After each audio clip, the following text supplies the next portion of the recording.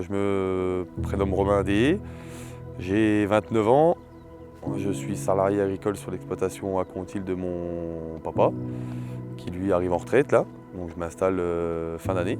On devient agriculteur grâce à la succession, comme dans mon cas, père-fils. Ça aide beaucoup. Il m'a tout appris depuis que je suis tout petit, hein. Je suis avec lui depuis tout petit, je suis né dedans.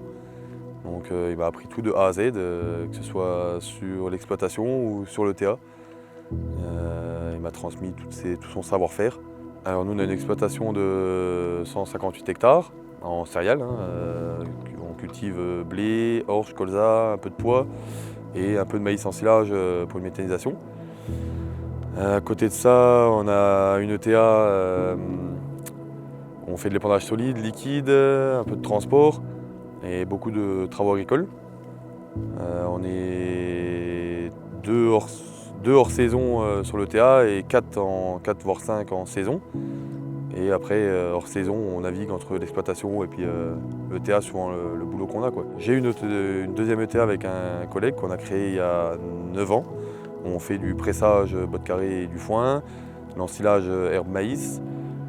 On fait encore de la fauche avec un groupeur et de la presse enrubanée. Mes journées sont très aléatoires, donc ça peut être soit par des papiers au bureau, ça peut être soit directement en commençant par la mécanique, surtout en hiver, révision ou s'il y a de la casse, réparation. Et en moisson, par exemple en pleine saison comme là maintenant, ça peut être entretien des machines le matin, préparation et surtout préparer pour les autres ouvriers ou surtout préparer l'avant-veille aussi pour que ce soit prêt pour le lendemain, prêt à partir, quoi. Les qualités aujourd'hui pour un jeune agriculteur, je pense qu'il faut déjà être, c'est une question d'organisation, il faut être bien organisé, pour déjà bien gérer son travail, quoi. On est quand même beaucoup connecté. L'évolution fait qu'on a beaucoup de choses sur les smartphones. Même pour suivre les machines, tout ça, on peut tout gérer depuis un smartphone, les plannings, on gère tout depuis le téléphone. D'un côté, c'est pratique, hein. C'est une grosse évolution, hein. Nous, pour notre jeunesse, ça va. Après, pour les générations un peu avant, comme mon papa ou quoi, c'est toujours un peu plus compliqué, quoi. Mon plus beau souvenir, c'est ma première moisson avec mon papa. C'est la première fois que je suis monté à la moissonneuse, c'est quelque chose où j'étais émerveillé par la chose. J'ai toujours aimé ça depuis tout petit, donc la première fois que je suis monté avec lui, qu'on voit ça, j'ai même roulé avec lui sur ses genoux, c'est quelque chose c'est magnifique, quoi. C'était un instant magique.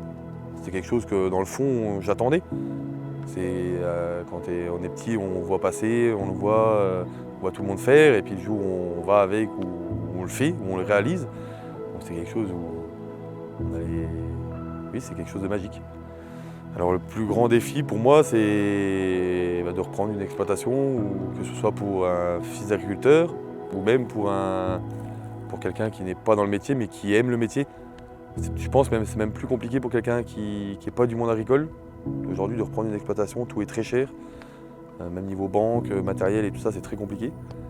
Nous, en tant que fils d'agriculteur, ça va encore. Ça reste compliqué, mais